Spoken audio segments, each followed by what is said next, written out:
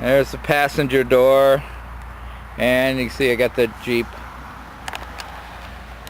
handle is on, tacked in there.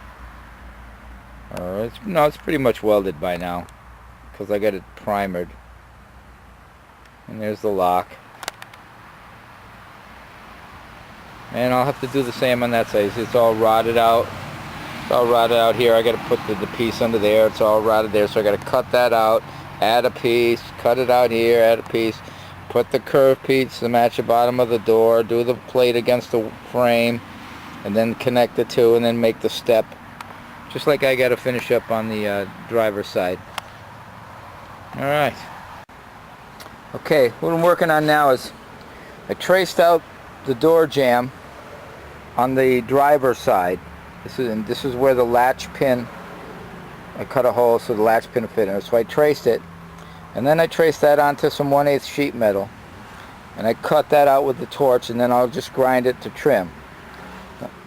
And then the other thing I did is, if you remember the other video, the other walk around, I'll show you here. That's the, well, it goes this way. That's the panel that was underneath the rear quarter window. The passenger door is over this side. Here's part of the wheel well for the back wheel. And they had that, this is where that door was on the Studebaker.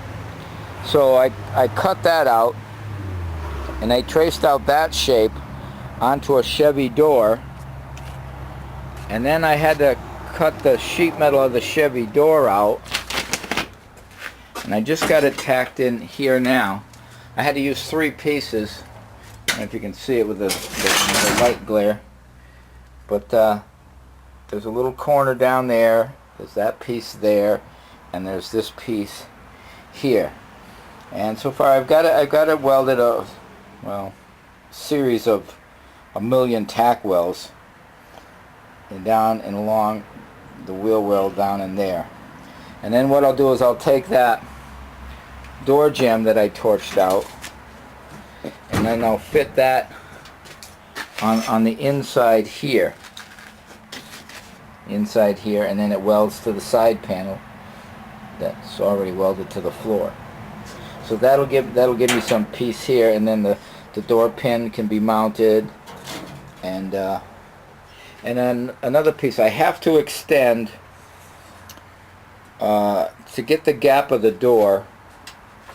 Let me move this over here. You can see there's quite a bit of gap between the door and here. So what I did was I cut that off also.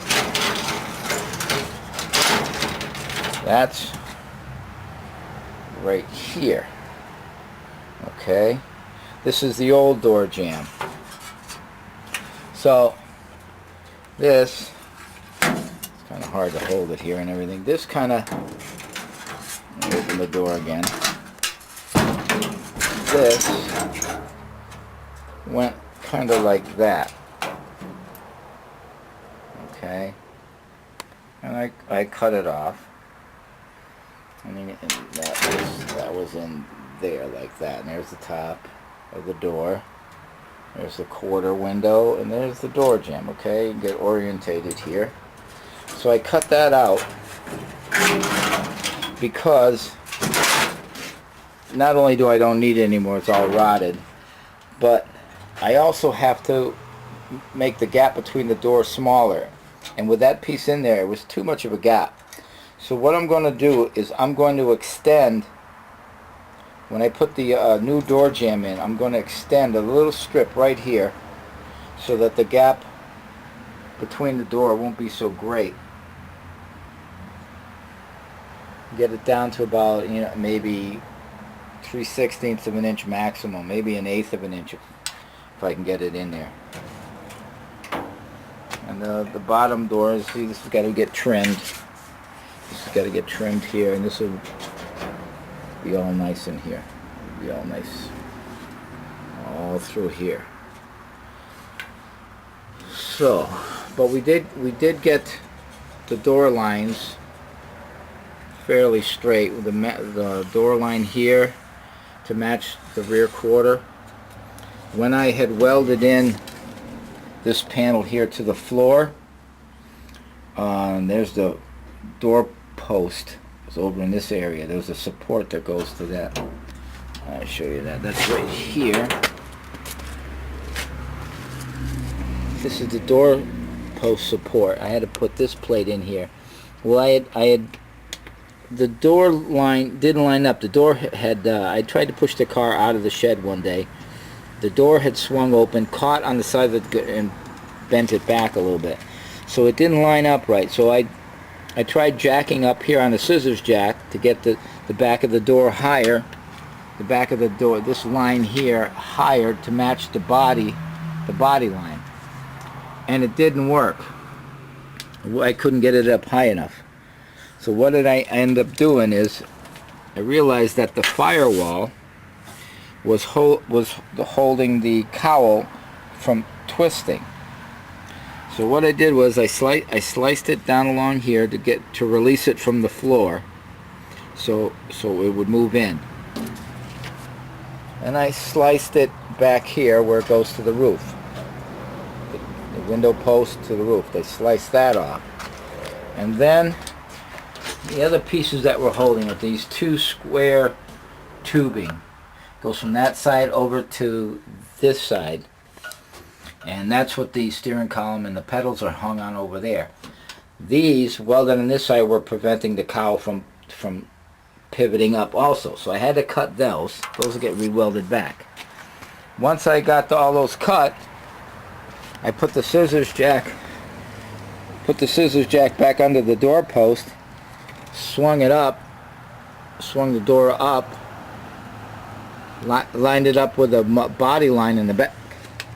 Then I made this plate 1/8 and welded the door post to that plate that I put on the inside, which is welded to the floor up there. So this is actually the inner side of the rocker panel, both front, middle, and back, under the door and in the rear quarter.